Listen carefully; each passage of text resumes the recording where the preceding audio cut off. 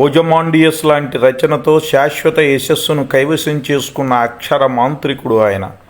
French విప్లవ జ్వాలలు చల్లారాక యూరప్లో ఆవరించిన నిరాశలో విప్లవం సుస్థిర వ్యవస్థకు దారితీస్తుందని, మానవులకు మహోజ్వల భవిష్యత్తు ఏర్పడుతుందని ఎలుగెత్తి చాటిన ఆ ఆదర్శవాద మహాకవి పిబి షెల్లీ జయంతి నేడు.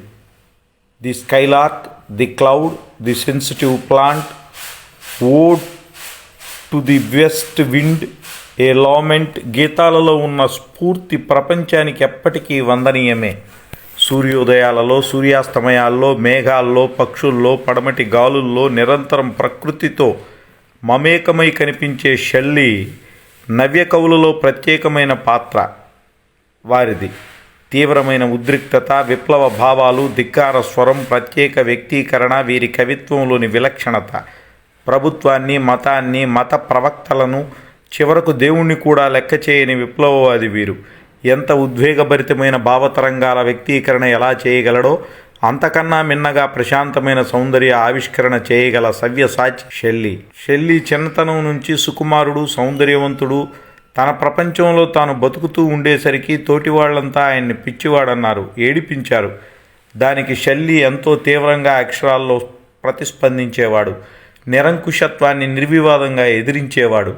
ఆక్స్ఫోర్డ్లో చదువుకునే కాలంలోనే నాస్తికవాద ఆవశ్యకత గురించి వ్యాసం రాసి సంచలనం సృష్టించి అందుకు విశ్వవిద్యాలయం నుంచి బహిష్కరించబడ్డటువంటి విప్లవవాది ఆయన.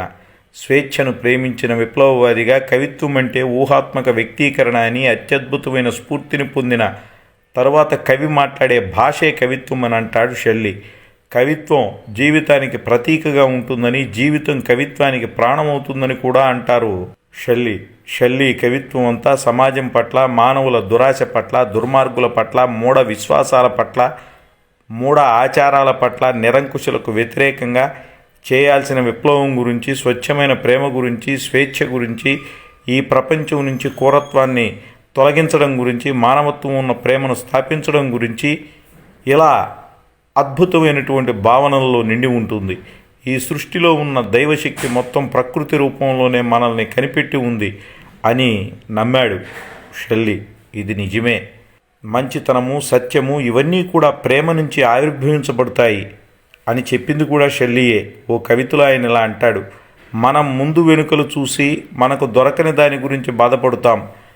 మన ప్రతి నవ్వులోనూ కొంత బాధ దాగి ఉంటుంది. మన సంతోషకరమైన పాటలన్నీ విషాదకరమైన ఆలోచనల గీతాలే. ఓ పక్షి, నాకు నువ్వు అందిస్తున్న ఆ సంతోషపు రహస్యాన్ని విప్పి చెప్పు అంటూ జీవిత రహస్యాలని సరళంగా విప్పి చెప్పడానికి జీవించి కేవలం 30 ఏళ్లకే మనల్ని విడిచి వెళ్ళినటువంటి ఆయన మహాభావాలను మరెక్కడో వినిపించడానికి వెళ్ళాడు. ఇక్కడ విడిచిపెట్టి వెళ్ళినటువంటి కవిత్వాన్ని మనం గుండె నిండా నింపుకుందాం. ఓ సందర్భంలో ఆయన ఇలా అంటారు: కవిత్వం భావనాశక్తి పరిధిని విస్తృతపరుస్తుంది. వ్యాయామం శరీరాన్ని ఎలా దృఢపరుస్తుందో అలాగే మానవులలోని నైతిక విలువలను ప్రోధి చేసే మానసిక స్థితిని కవిత్వం దృఢపరుస్తుంది అంటూ మనకి మార్గాన్ని నిర్దేశించాడు. ఆ అంతర్జాతీయ ఖ్యాతి గడించిన మహాకవి పిబి షెల్లీ మాటలు మన మానవ జీవితాలకి వెలుగు బాటలుగా భావిస్తూ వారికి ప్రణమిల్లుతూ భారతమాతకు వందనం, తెలుగు తల్లికి అభివందనం.